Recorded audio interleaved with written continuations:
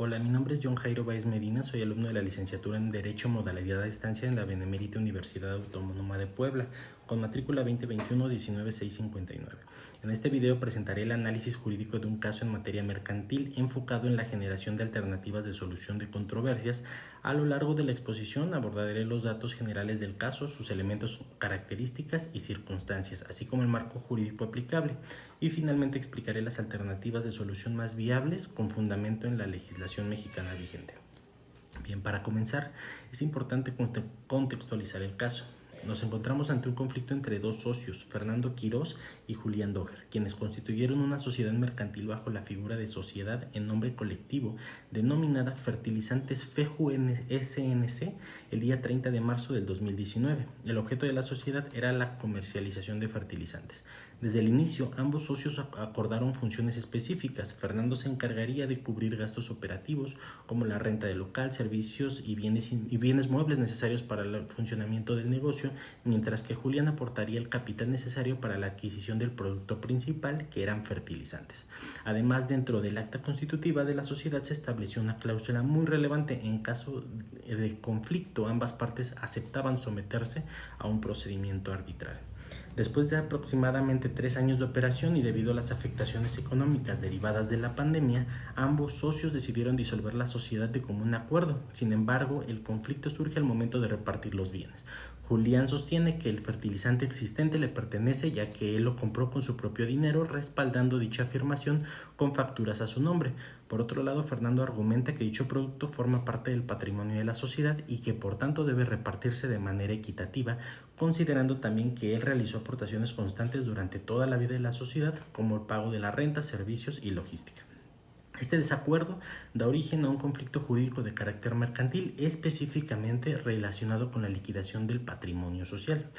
Ahora bien, entrando al análisis jurídico del caso, es necesario identificar sus elementos fundamentales. En primer lugar, existe una sociedad mercantil legalmente constituida, lo cual implica la existencia de un patrimonio social distinto al patrimonio individual de los socios.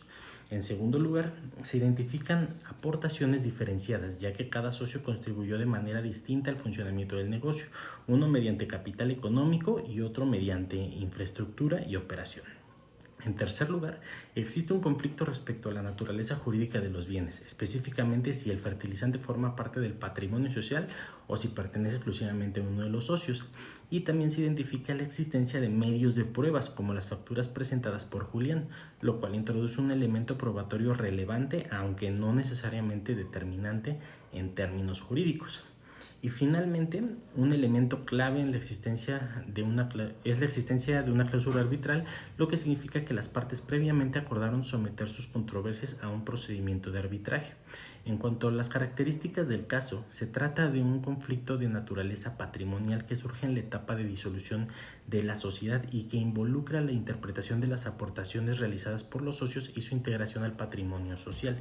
Asimismo, el caso presenta circunstancias específicas como el impacto económico de la pandemia, la falta de formalización en la titularidad de los bienes adquiridos y la ausencia de un acuerdo claro al momento de la liquidación.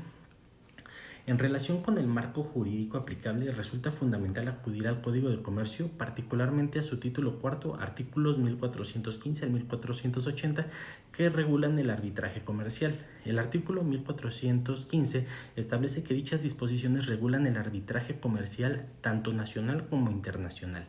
El artículo 1416 define el acuerdo arbitral como aquel mediante el cual las partes deciden someter sus controversias a arbitraje, lo cual en este caso es plenamente aplicable, ya que existe una cláusula expresa en el acta constitutiva. El artículo 1417 señala que dicho acuerdo debe constar por escrito, requisito que también se cumple en este caso.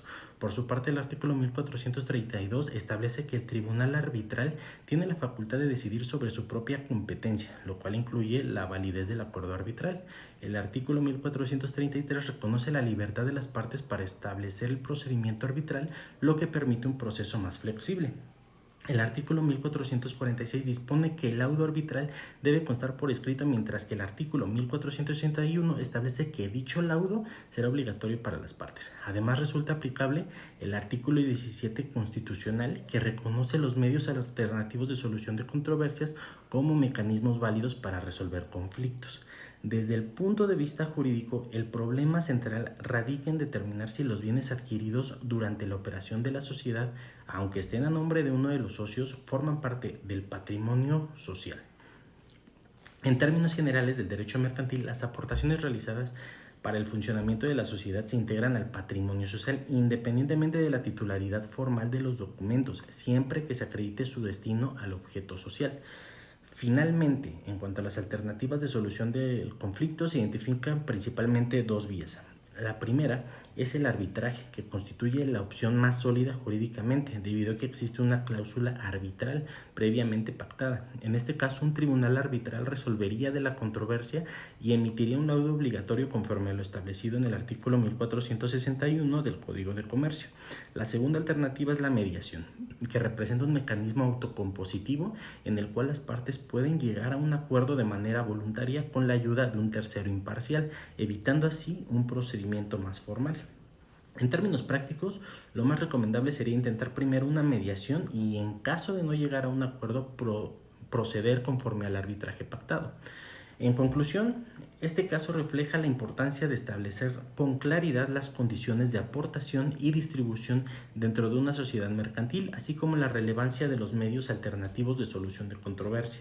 El arbitraje se presenta como la vía más adecuada para resolver el conflicto de manera definitiva, mientras que la mediación puede funcionar como un mecanismo previo que permita una solución más rápida y consensuada. Finalmente, para la elaboración de este análisis se utilizaron como fuentes la Constitución Política de los Estados Unidos Mexicanos, específicamente en su artículo 17, el Código de Comercio, particularmente en su título cuarto, que conformado por los artículos 1415 al 1480 relativo al arbitraje comercial, y en el análisis del caso contenido en el documento proporcionado. Por mi parte ha sido todo. Muchas gracias.